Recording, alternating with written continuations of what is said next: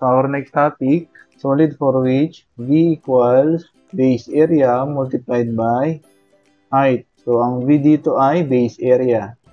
Yung H pwedeng height or altitude. Okay? So meron tayong Cavalieris saka volume theorem. So ito yung mga basis dun sa mga formula natin. So unang-una yung Cavalieris theorem. So ano ba yung Cavalieris theorem? So ang simple illustration ng Cavalieris theorem ay itong dalawang figure na ito. Wherein, sinasabi niya na yung dalawang solids na ito ay pareho kapag yung section or yung cross-sectional area, so meron kasi tayo dito, A tsaka A prime, yan, A tsaka A prime, pareho sila, yan, pareho yung area na yan, at any given height. So, yung at any given height na yon, yun yung nire-represent ng Y. Kapag daw pareho yon, so lahat ng section na yan, so, equal daw yung volume nila. Yan. So, yun yung Cavalieris theorem. So, about lang sa dalawang solids na equal yung volume, na equal yung cross-sectional area at any given height or altitude. Then, volume theorem. So, ito namang volume theorem, ito yung basis dun sa mga formula natin dito sa chapter na to. So, ito naman yung simple illustration ng volume theorem. So, dito tayo magbe-base ng formula. So, sabi dito sa dulo, the volume of the solid is the product of the base multiplied by the altitude. Okay? Yung base dito, yun yung base area actually. Okay? So, simple illustration dun sa volume theorem ay itong dalawang to. So, masosolve natin tong volume ng dalawang to gamit ito. Okay? So, base area multiplied by the altitude. So, kailan ba gagamitin to? Okay? If the bases of a solid are equal in area and lie in parallel planes and every section of the solid parallel to the base is equal in area to that of the base, the volume of the solid is the product of its base and the altitude. So, ang ibig sabihin nito, pwede mong i-apply itong formula na to kapag equal yung base area all throughout. So, ibig sabihin, yung B dito, or B prime, equal lang sa A prime, okay, hanggang dito sa area sa tuktok. So, same lang dito sa figure na to. So, equal lahat nung area sa section niya. Yan. So, ang formula daw doon sa volume ay base area multiplied by the altitude. So, ito na yun. Base area multiplied by the altitude. Okay, so i-apply natin itong mga to. O, kung gagamitin na natin yung volume theorem, unang-una meron tayong rectangular prism or cuboid or sometimes called rectangular parallelepiped. Okay, so kahon lang siya na mahaba. So meron siyang width na B, then yung haba na L, small l, then yung height na small h. So kung gusto nyo gawing L yan na malaki, then width to, then yung height, so, okay lang din. Basta alam nyo, gamitin yung mga formula. Okay, again, yung volume, sulat nyo lang siguro capital V. Okay. So, pwede rin length with height. Kahit hindi ito. Kung gusto nyo naman sundan to, wala ding problema. Okay. And then, next formula, yung surface area niya. Ano ba yung surface area? Yun yung area dun sa lahat ng part niya. So, dito, dun sa likod, dito sa taas, sa kababa, and then likod tsaka harap. So, yun yung mga area. So, ang formula para dyan, ito lang. 2 quantity, yung BH, actually, yung area dito sa harap. Minultiply yan ng 2 kasi pare-pareho lang naman itong mga to. Isa, dalawa. Then, yung HL, ito naman nasa harap or nasa kanan. Okay? Since kapareho lang niya yung nasa kabila, nakamultiply din niya ng 2. Same lang dun sa LB. Dun sa taas saka sa baba. Okay? Then, next, cube. So, itong cube ko dito, medyo hindi naka-scale. So, lahat ng edge nito ay pare-pareho. Ang formula natin na involved sa cube ay volume, syempre, A cube. Actually, yung base area niya kasi dito, yan, A square lang, area ng square. Multiplied by yung H, yan, H natin. Pag sinolve mo yung volume, V times H, so magiging A square times A, so A cube na. Okay? Then A sub S, yung surface area. Since 6 to na surface na pare-pareho, so ito sa harap tsaka yung kaliwa kanan. So 6A square lang. For short, 6 na square. On the next formula para dun sa cube na meron tayo. So D, yung diagonal, is equal to square root of 3 multiplied by A. Okay, take note, yung A nasa labas yan. Yan. So, pwede natin i-derive to gamit ang Pythagorean theorem. Then, number 3, cylinder. Ito naman, ang base area nito ay circle. Okay? So, ang area dyan, or yung B, pi r square, yung area ng circle. Then, yung height natin na meron dito sa cylinder ay h. So, therefore, pag in-apply natin yung formula ng volume, B times h, yan, pi r square times h lang. Then, total surface area. So, lahat naman ng surface nito. Okay, yung 2 pi r square, yung area dyan sa gilid. Yun yung tinatawag na lateral surface area. Okay? Then, plus 2 pi r square, yung dalawang circles. Okay? Then, may definition tayo ng prism. A solid object with two identical ends and flat sides. Actually, yung number 1 tsaka number 2, example sila ng prism. So, example 3.2.1, problems on volumes and surface areas. Number 1, a water tank is the shape of regular prism having length of 2 meter, breadth 75 cm, and height of 50 centimeters. Determine the capacity of the tank in letter A, cubic meter, letter B, cubic centimeter, and letter C, 8 liters. So, drawing natin yung water tank. So, ito yung tank natin. So, yung letter A, naka-cubic meter yung unknown. So, gawin na lang natin silang, or i-convert natin sila ng meter. So, alam natin, 100 cm is equal to 1 meter. So, kung i-convert natin yung 50 cm into meter, so, ang mangyari, di-divide lang natin siya ng 100 cm multiplied by 1 meter na yan. So, ang sagot dyan ay 0.5 meter. So, same lang dito sa B. So, yung B naman, yan ay equal to 0.75 cm. I-divide nyo din siya ng 100. O, and then yung 2 meter naman, since kailangan din natin ng centimeter mamaya, so gawin na rin natin siyang centimeter. Okay?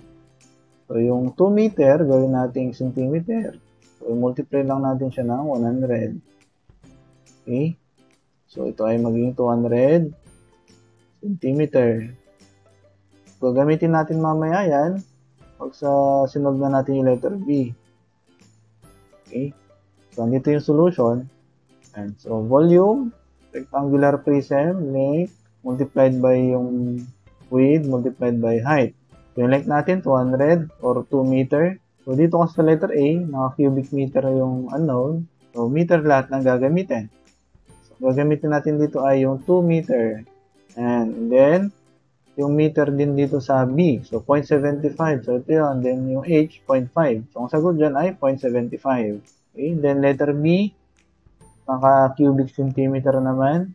So, pwede nyo i-convert to, which is actually ito na yun. Conversion natin. Yan, convert lang natin siya into cubic centimeter or pwede nyo rin i-solve. Okay? Gamit syempre pa rin yung volume natin, yung L, V, H. Yan. So, ang gagamitin lang nating unit ay yung centimeter, yung 200 para sa L. Then yung B ay 75. Then yung H ay 50. So, pareho lang yung mga kuwang sagot na 750,000 cubic centimeter.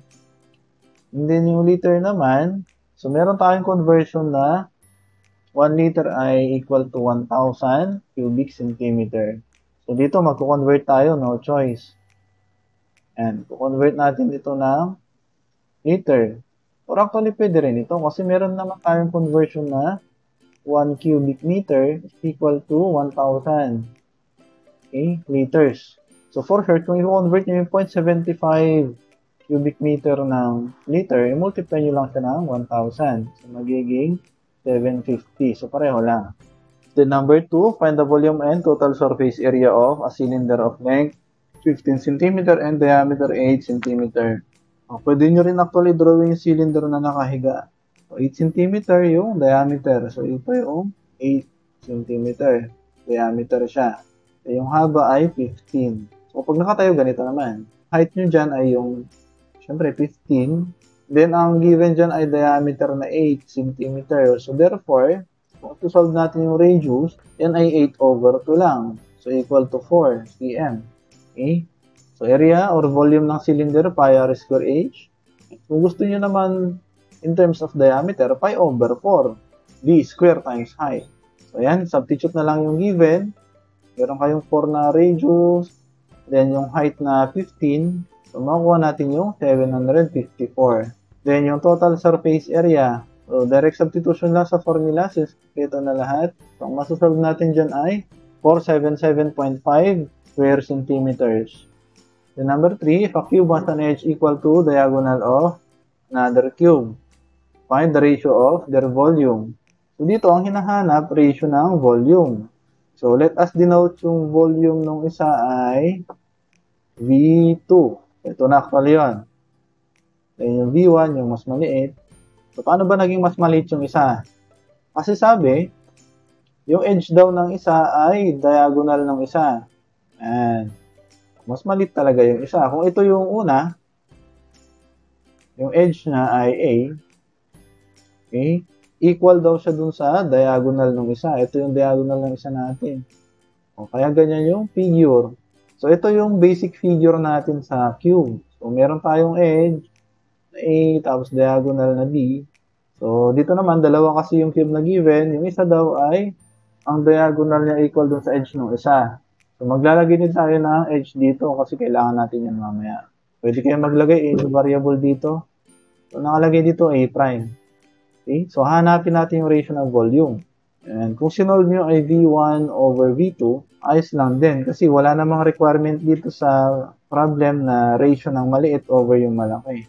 Wala din siyang sinabi na ratio ng malaki over yung maliit. So, kahit ano dito ang isolve ninyo, okay lang. Okay, so ang sinolve ko dito ay yung ratio ng malaki over yung maliit. Okay, paano ba isolve ngayon yung ratio ng dalawa? So, na-solve natin yung volume ng dalawang cube. So, formula ng volume ay side cube lang. O, ito yung isa. Yan na yung V2. Yung V1, same concept, V1. Then, yung edge na ay A prime. So, ito yung edge.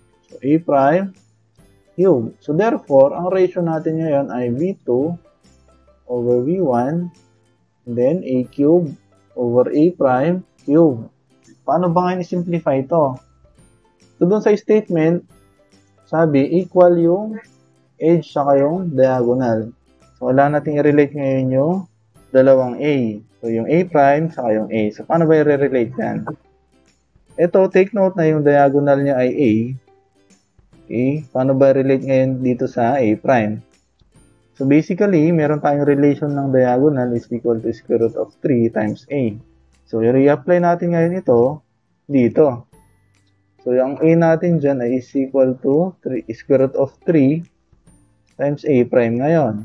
So again, ito yung in-apply nating formula dito. Okay, so substitute nyo na ngayon yung A or yung A prime. So mas madali siguro yung substitute yung A dito. Yung A na yan, lagyan natin dito. So, square root of 3 A prime cube over A prime cube. So, this is equal to, applying law of exponent, so, square root of 3 cube A prime cube over A prime cube. So, therefore, this is equal to square root of 3 cube. So, that is equal to 3 square root of 3. Next number 5. Calculate the volume and total surface area of the solid prism shown. So, the required are volume and area. Okay, so volume, again, yung base area multiplied by yung height. So, ang height natin dito, yung 15 na. Yung base area ay area ng trapezoid. So, yung B dito ay 2 1/2 Yung B na isa, yung base nino, 5. Then yung base na isa, yun, 11. So, pareho lang to, 11 din to. Tapos 11. Then yung height ng kanyang trapezoid dito, yun ay actually 4. And 4 din to, pareho lang to. So, 4. O, meron ka ng base area. Okay, then yung height ay 15. So, therefore, ang volume dyan ay 1/2. Quantity 5 plus 11 times 4 times height 15 centimeter. Okay, so ay cm, cm, then ito ay cm din. So, ang sagot dyan ay 480 cubic centimeter. Then, total surface area ay, una ito, yung B. Okay, so B din to actually, no? So, dalawang B. Yun, 2B. So, 2 times B. And then next, ito, sa gilid, pareho lang din yan. Sabihin natin ito, B1 na lang. B1, B1. Okay, and then yung nasa harap ay B2. Yung nasa harap dito. And then yung nasa likod, yun ay B3. So, bali 2B plus yung dalawang B1. So, 2B1 yan. Plus yung sa harap, ito. So, B2. Then plus yung nasa likod na malaki. So, B3. So, yung B1 ngayon, ito yon. So, 2, ito, times 1/2. 5 plus 11 multiplied by 4. Plus yung B1. Yung sa gilid. O, take note, ito yon ay 5, then 15. So, 5 times 15. Pero may 2, no? 2. So, 2 times 5 times 15. Plus, yung B2, yung sa harap, ito yon 5 multiplied by yung haba. So, 15 din. So, 5 times 15 plus yung nasa likod, yung malaki. So, bali 11 times 15. So, plus 11 times 15. So, ang sagot dyan ay 454 square centimeters. Pero actually, itong side na to, tsaka yung harap na to, tsaka to, yung B1, B2, pareho lang. So, therefore, pwede nyo rin pagsamahin itong mga to. So, pwede nyo gawing 3B1.